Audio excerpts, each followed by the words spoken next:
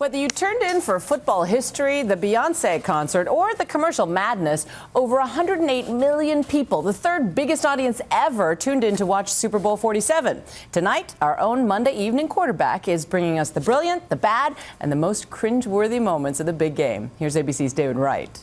And the Ravens have won it. Of course, we all know the final score on the scoreboard. No one more so than those two brothers. Older brother John Harbaugh, coach of the Ravens, still top dog.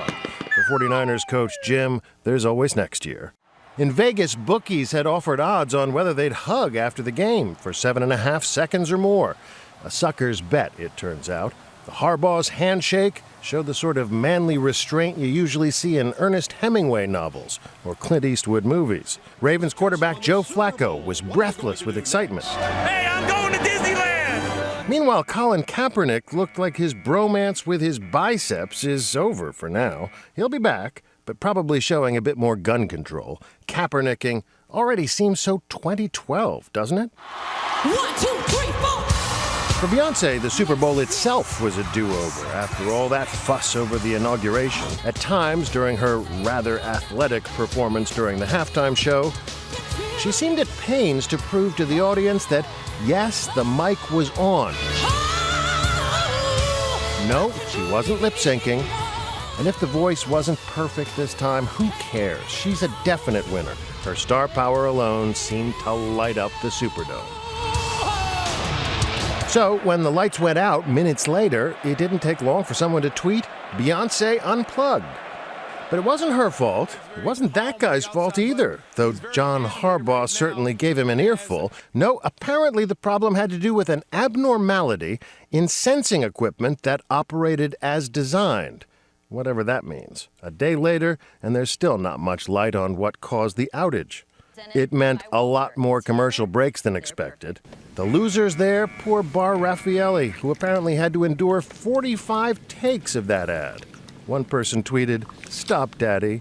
God said, I need somebody willing to get up before dawn, milk cows. The big winner among the ads was this one, touting America's farmers. The pitchman, the late great Paul Harvey, the pros and those pictures brought tears to your eyes. But what's the product? Not so clear. Oh yeah, Dodge trucks. But the ad sure was nice. So God made a farmer. Another winner, the kid from the Audi ad, inspired by his cool ride to kiss the prom queen. For actor Shane Coffey, it's easily the most visible role he's landed so far. Do you get to keep the car? I didn't get to keep the car. However, they let me keep the tux, which was perfect. Because they fitted. I had like 3 fittings for the suit because the directors are very particular about it and they wanted it to fit me perfectly. We're like, man, we want him to be like James Bond. So you'll have that to wear to the Golden Globes and the Emmys and the Oscars next year. Yeah, hopefully. That would be great.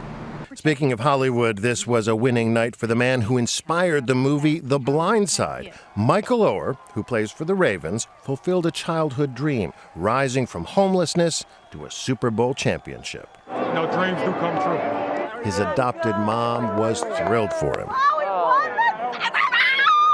Finally, among the winners, the youngest participants in this Super Bowl, the kids who helped Jennifer Hudson perform America the Beautiful. All of them from Sandy Hook Elementary. So beautiful to see them so full of life and hope. Their spirit, the ultimate winner. I'm David Wright for Nightline in New York.